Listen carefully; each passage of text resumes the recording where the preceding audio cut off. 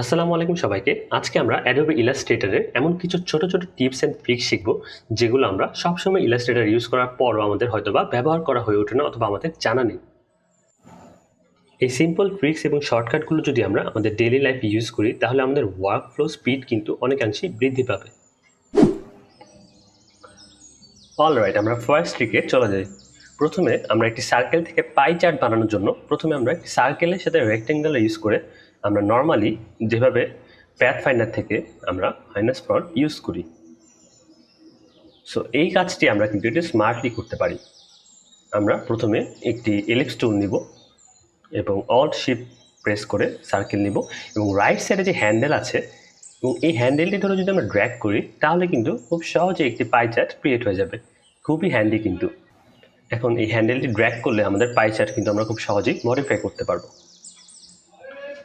এবং সিম্পলি আমরা যদি ডবল ক্লিক করি, আবার আমাদের সার্কেলটি ব্যাক করবে।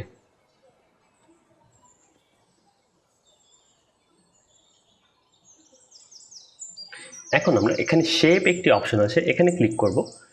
তারপর নিচে এখানে ইনভার্ট পাই একটা অপশন আছে, এটি ক্লিক করে আমরা ইনভার্ট করতে পারবো। এবং এখানে যে অপশনটি পাই অ্যান্ড অ্যাঙ্গেল, এখানে আমরা 360-র সাথে পয়েন্ট যত পার্সেন্ট আমরা পাই নিতে চাই তত পার্সেন্ট আমরা ক্লিক করব। সিম্পলি একটি বৃত্ত হচ্ছে 360 ডিগ্রি। সো 360 ডিগ্রির সাথে আমরা যদি 0.20 গুণ দিই, তাহলে আমরা সিম্পলি একটি ফুল পায়ের 20% দেখতে পারবো। তো এইভাবেই আমরা যদি 0.40 গুণ দিই, তাহলে একটি পায়ের 40% দেখতে পারবো। এভাবে আমরা খুব সহজেই কিন্তু পাই চার্ট বানাতে পারি।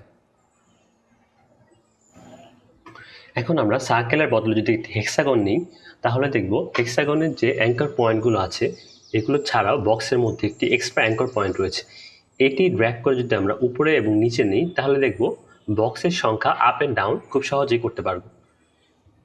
যদি উপরের দিকে নিই তাহলে কমবে এবং নিচের দিকে নিই তাহলে বাড়বে। এই যে ইজিলি ট্রায়াঙ্গেল হয়ে গেল।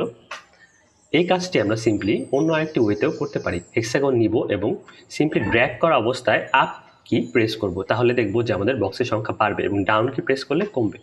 সো আপ কি প্রেস করছি এখন আমি, দেখতে পাচ্ছেন বাড়ছে, এবং ডাউন কি প্রেস করছি কমছে। সো এই ট্রিকটি অনেক সময় আমাদের কোনো কিছু ডিজাইন করার ক্ষেত্রে হ্যান্ডি হতে পারে। সিম্পলি আমরা স্টার টুল নিয়েও সিম্পলি আপ কি প্রেস করব, দেখব স্টারের যে সংখ্যাগুলো সেগুলো বাড়ছে, এবং ডাউন কি প্রেস করছি ধরে রাখছি এবং স্টারের যে সংখ্যাগুলো সেগুলো খুব ইজিলি কমে যাচ্ছে।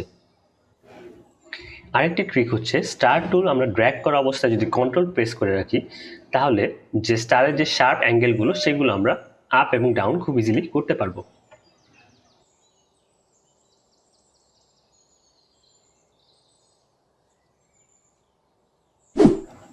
নেক্সট এই ট্রিকটি ইউজ করে আমরা আমাদের যে ফন্ট সাইজ, এটি কিবোর্ড শর্টকাটের মাধ্যমে খুব সহজেই ইনক্রিজ করতে পারবো। নর্মালি আমরা এই কি ইউজ করে সাধারণত ফন্ট সাইজ বাড়িয়ে থাকি, কিন্তু আমরা চাইলে কিন্তু একটি সিম্পলি একটি টেক্সট নিব, দেন কিবোর্ডে যে কন্ট্রোল শিফট এবং ডট অথবা পিরিয়ড কি আছে সেটি দিয়ে কিন্তু ফন্ট সাইজ খুব সহজেই ইনক্রিজ করতে পারবো, এবং কন্ট্রোল শিফট কমা কি দিয়ে সাইজ ডিক্রিজ করতে পারবো। এটি কিন্তু আমাদের ওয়ার্ক ফ্লোর স্পিড ইমপ্রুভ করতে খুবই সাহায্য করবে। এখন আমরা নতুন একটি ট্রিক শিখব। নর্মালি আমরা গুগল ক্রোম অথবা ইলাস্ট্রেটর থেকে গুগল ক্রোমে শিফট করার জন্য নিচের যে আইকনটি আছে সেটিতে ক্লিক করি, কিন্তু এটির থেকে বেটার একটি ওয়ে হচ্ছে আমরা যদি কিবোর্ডের অল প্লাস ট্যাব কি প্রেস করি, তাহলে কিন্তু আমরা খুব সহজেই উইন্ডো থেকে উইন্ডো ইজিলি সুইচ করতে পারবো। এই টিপটি কিন্তু আমাদের ওয়ার্ক ফ্লোর স্পিড খুব সহজেই বৃদ্ধি করবে।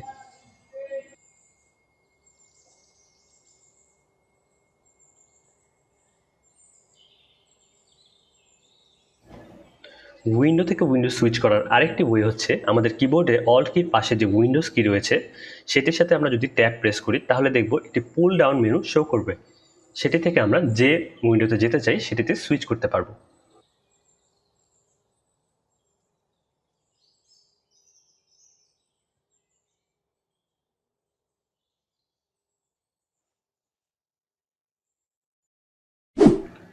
নেক্সট আমরা আরেকটি সিম্পল ট্রিক শিখব। আমরা আমাদের এই উইন্ডোতে দেখতে পাচ্ছি একটি ইমেজের লেয়ার রয়েছে, তার পিছনে আরেকটি ডার্ক কালার ব্যাকগ্রাউন্ড লেয়ার রয়েছে। এখন আমরা যদি চাই এই ইমেজটির পিছন দিয়ে এই ডার্ক ব্যাকগ্রাউন্ড লেয়ারটি সিলেক্ট করতে, তাহলে আমরা এটি কিভাবে সিলেক্ট করব? সেটির একটি ওয়ে হচ্ছে আমরা কিবোর্ডের কন্ট্রোল কি প্রেস করে রেখে তারপরে একবার ক্লিক করব এবং দেন আবার ক্লিক করব, তাহলে আমাদের ইমেজ লেয়ারের পেছন দিয়ে যে ডার্ক ব্যাকগ্রাউন্ডের লেয়ার সেটি সিলেক্ট হয়ে যাবে। এখন আমরা যদি কালার চেঞ্জ করি তাহলে দেখব আমাদের পেছনের যে ডার্ক ব্যাকগ্রাউন্ড লেয়ার সেটি কিন্তু টার্গেট হয়েছে এবং এই কালার চেঞ্জ হয়ে যাচ্ছে। এটি কিন্তু খুবই ইউজফুল একটি ট্রিক।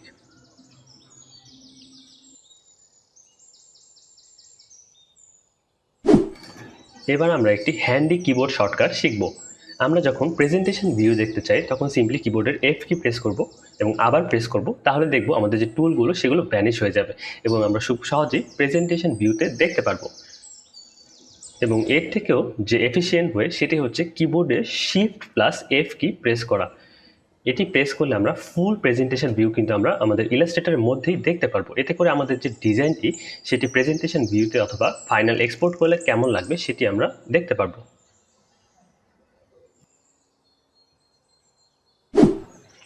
এখন আমরা শেপ বিল্ডার টুলের একটি ম্যাজিক দেখব। এর জন্য আমরা ফার্স্ট কিছু রেক্টেঙ্গুলার শেপ এবং কিছু সার্কেল শেপ নিয়ে নিই।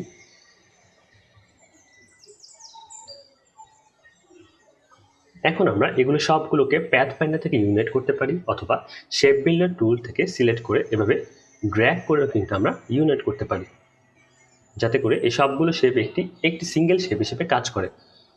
এর থেকেও আরেকটি এফিশিয়েন্ট ওয়ে কিন্তু আমরা এখন দেখব। সিম্পলি আমরা সবগুলো শেপ সিলেক্ট করার পরে শিফট কি প্রেস করে ড্র্যাগ করে টেনে কিন্তু এই সবগুলো শেপকে একসাথে ইউনিট করতে পারবো। গ্রাফিক্স ডিজাইন রিলেটেড এরকম আরও কন্টেন্ট পেতে আমাদের চ্যানেলটিতে সাবস্ক্রাইব করুন এবং নোটিফিকেশন বেলটি টার্ন অন করুন। Thanks for watching.